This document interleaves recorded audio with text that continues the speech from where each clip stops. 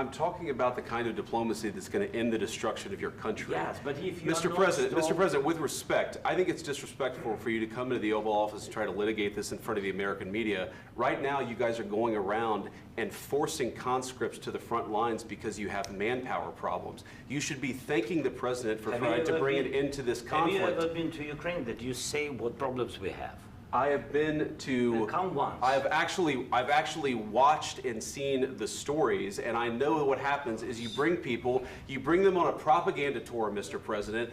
Do you disagree that you've had problems bringing people into your military? And do you think that it's respectful to come to the Oval Office of the United States of America and attack the administration that is trying to prevent the destruction of your country?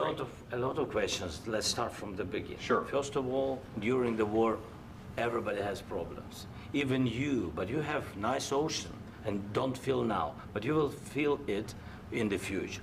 God bless. You don't know that. God bless. You God bless. You will not have a war. Don't tell us what we're going to feel. We're trying to solve a problem. Don't tell us what we're going to feel. I'm not telling you. Because you're in no position to dictate that. That's exactly what you're doing. You're in no position to dictate what we're going to feel. We're going to feel very good. You will feel influence. We're going to feel very good and very strong. You will feel influence. You're right now not in a very good position. You've allowed yourself to be in a very bad position, and he happens to be right about it. From the very beginning of the war. You're not in a good position. You don't have the cards right now. With us, you start having cards. Right now, you don't. You're playing cards. You're playing cards. You're gambling with the lives of millions of people. You're gambling with World War III. You're gambling with World War III. And what you're doing is very disrespectful to the country, this country. That's back to you. Far more than a lot of people said they should have. Have you said thank you once? This a entire meeting? No, in this entire meeting, have you said thank you? Today. You went to Pennsylvania and campaigned for the opposition in October. Offer some words of appreciation for the United States of America and the President who's trying to save your country. Please, you think that if you will speak very loudly about the war, you can... He's not speaking loudly. He's not speaking loudly. Your country is in big trouble. Can I Wait a minute. No. You've done a lot of talking. Your country is in big trouble. I know. You're not winning.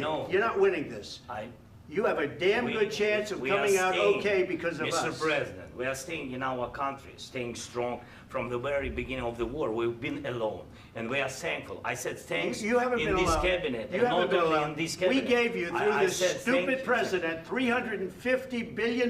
You voted we gave for you your military equipment, and your men are brave, but they had to use our military. What about if you didn't have our military equipment, if you didn't have our military equipment, this war would have been over in 2 weeks. In 3 days, I heard it from Putin. In 3 days, this is something maybe new. Less. In 2 weeks, of course, yes. It's going to be a very hard thing to do business like this. Again, I tell you. just say thank you. I said a lot of times to American people. Accept that there are disagreements, and let's go litigate those disagreements rather than trying to fight it out in the American media when you're wrong.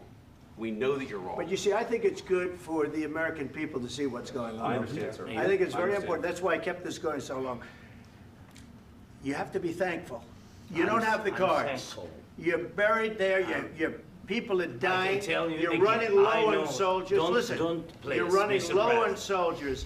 It would be a damn good thing. And then you tell us, I don't want a ceasefire. I don't want a ceasefire. I want to go, and I want this. Look. If you could get a ceasefire right now, I tell you, you'd take it so the bullets stop flying and your men stop getting killed. Of course, we want to stop the war. But you're saying you don't want a ceasefire. But I said to you, I want a ceasefire. With guarantees. Because you'll get a ceasefire faster than an agreement. Ask our people about ceasefire, what they think. That wasn't with me. That wasn't with me. That was with a guy named Biden who was not a smart person. That was with Obama. It was your president. Excuse me. That was with Obama, who gave you sheets, and I gave you javelins. Yes. I gave you the javelins to take out all those tanks. Obama gave you sheets.